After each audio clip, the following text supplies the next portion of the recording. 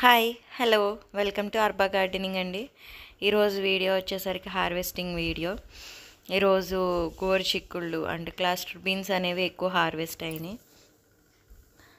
And ఇంకొకటి కొంచెం time కూడా, అంటే ఒక్కరోజు ముందు కోసుంటే ఇంకా బాగుండేవి అనిపించింది. కాకపోతే పర్లేదు, ఇప్పుడైనా సరే వాటిని హార్వెస్ట్ చేయొచ్చు.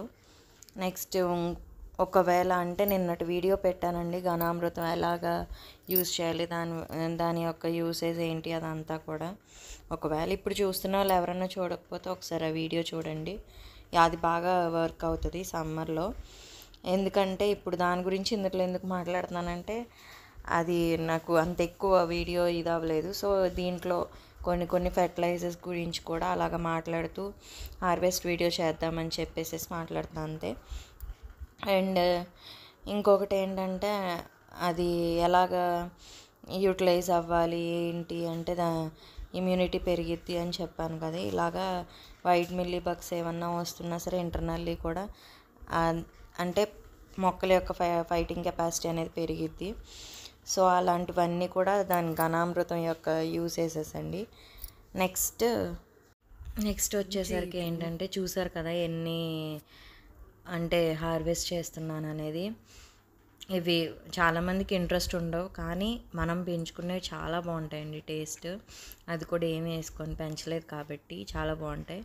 సో ఈరోజు మాత్రం అన్నిటికంటే అది డామినేట్ చేసింది. అండ్ ఇంకొకటి ఏంటంటే, టమాటా హార్వెస్టింగ్ కూడా ఉందండి. అవి ఇంకా లాస్ట్కి వచ్చేసినాయి నాకు తెలిసినంత వరకు. అది కూడా నాకు లాస్ట్ టైం అంటే ఒక 1 year ముందు అండ్ ఇప్పుడున్న ఎక్స్పీరియన్స్ బట్టి నాకేం అర్థమైంది ఏంటంటే, ఇలాగ 10 liters కర్డ్ బకెట్లో కంటే మామూలుగా మనం టబ్స్లో ఒకేసారి, అంటే టబ్స్ చూసే ఉంటారు, బ్లాక్ టబ్స్ 100 రూపీస్కి అలాగ అమ్ముతూ ఉంటారు కదా. ఆ టబ్స్లో ఒకే దాంట్లో 3-2 పెట్టిందే ఇంకా బాగా హార్వెస్టింగ్ వచ్చిందండి.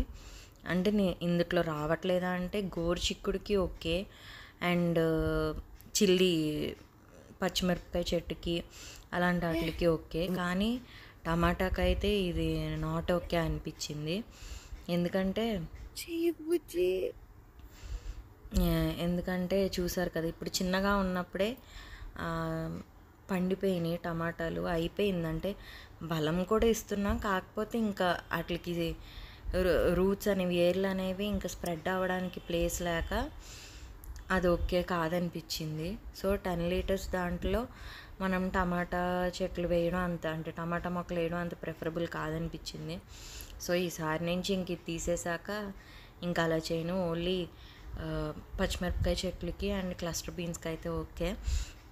అండ్ మీరు అబ్జర్వ్ కూడా చేసి ఉండొచ్చు మనకి వంకాయలు కూడా ఏ స్టేజ్లో వస్తున్నాయి అనేది, అంటే టబ్లో అయితే. సో అందుకనే జస్ట్ నా ఎక్స్పీరియన్స్ నేను షేర్ చేశాను. బిఫోర్ వేసినప్పుడు కూడా అంతే. ఇప్పుడు మళ్ళీ నేను కొత్తగా జస్ట్ ఏదో స్టార్ట్ చేశాను, కానీ ఆల్రెడీ చాలా అప్పుడు ఎగ్జోటిక్ ఫ్రూట్స్ కూడా అవన్నీ కూడా ఉండేవి.